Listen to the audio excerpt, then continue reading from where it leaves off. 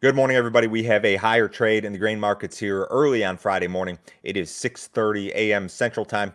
December corn futures up 1.5 at 417 and 3/4.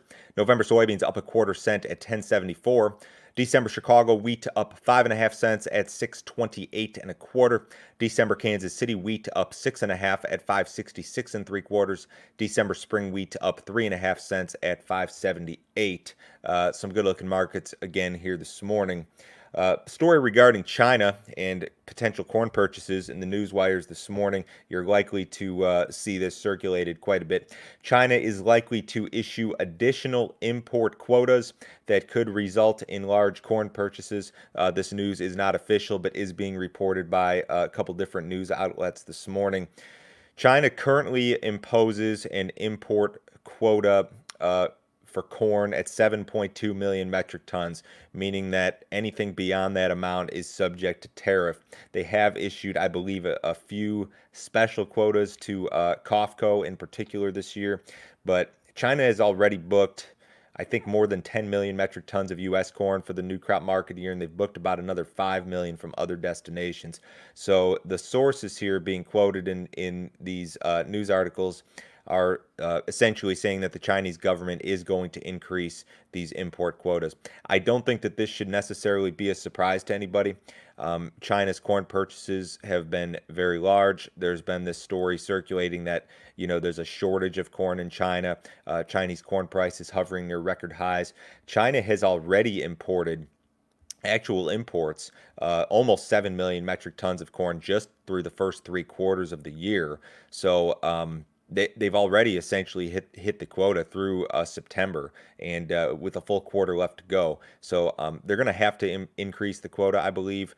How they exactly go about doing it and what the new number is, I really don't know. This is a positive for the corn market, but I don't think that this should be a major surprise to anybody.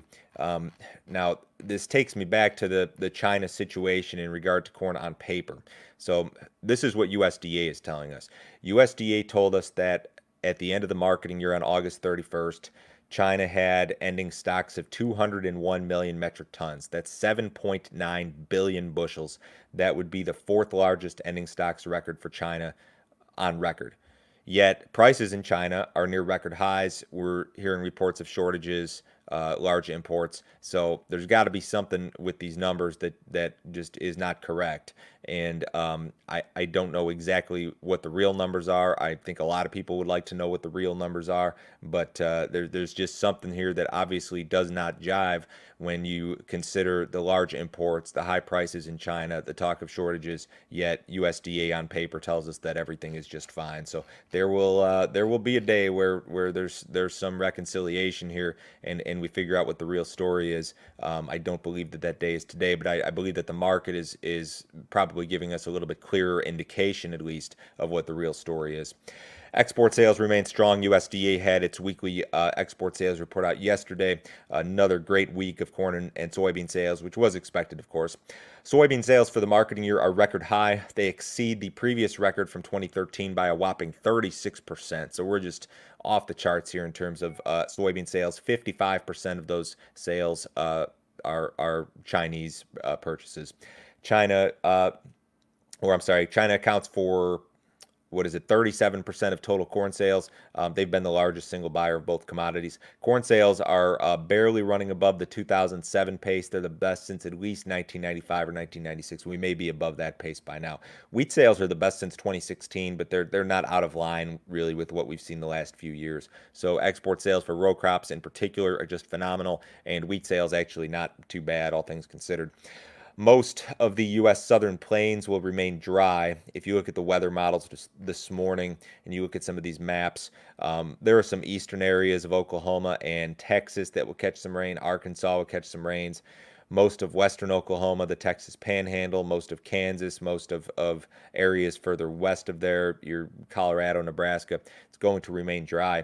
So drought in the U.S. is really becoming an issue in a lot of areas. It's almost the entire western half of the United States that's that is experiencing some sort of drought here, and it's not just the southern plains, it's the northern plains, it's the western corn belt. A good 2/3 of Iowa is in some sort of moderate drought right now. There's even some in the eastern corn belt. The southern half of Illinois is extremely dry. Most of Indiana is extremely dry. So this is something we've got to keep an eye on. The immediate concern, of course, would be for HRW wheat growers in the southern plains, but there could be other concerns if this thing lingers into, say, the spring, and you've got, say, half the corn belt in some sort of drought condition.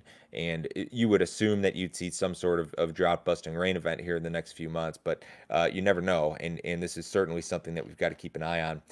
Corn market is acting extraordinarily well. We posted fresh highs just again yesterday. We didn't close on the highs, but still a very good action. That number on the December corn, the contract high is 423.5 or 423.25, somewhere in there. So that's kind of your maybe short-term upside target. Soybean market also acting well. Yesterday's action in a vacuum was not great. We went up and posted new highs in November beans, finished the day closer to unchanged, but still very strong technical uptrend in place. The demand story, exports and crush, remains fantastic. The wheat market is very much about these weather issues, and the surging row crop prices certainly don't help matters. Seems like large money managers are probably more likely to get involved when you've got a complex, wide rally on your hands, and that's what we've got. Cattle futures were sharply lower yesterday, triple-digit losses in a lot of these live cattle contracts. Cash cattle was 103 to 105 yesterday. We have a cattle on feed report after the close today, so keep an eye on that. Be prepared, perhaps for a little bit of volatility come next week. Not that we're not seeing volatility right now anyways. Stock market's a little bit higher ahead of the cash open. The Dow's up about 100 points. The S&P is up 10. The bonds are down. U.S. dollar is down. Crude oil's up 15 cents at 40.78 in the December WTI. Precious metals are higher. If you'd like some more information, visit my website, www.standardgrain.com. Go to that website, click on Grain Marketing Plan. If you would like to know when, how, and specifically I am pricing corn, soybeans, and wheat throughout the year, broken down by crop year, and by percentage, check out that subscription service. It's $49 a month. You can cancel it at any time. There's no other obligation, no other fee, nothing like that. Everyone have a great weekend. I will talk to you on Monday.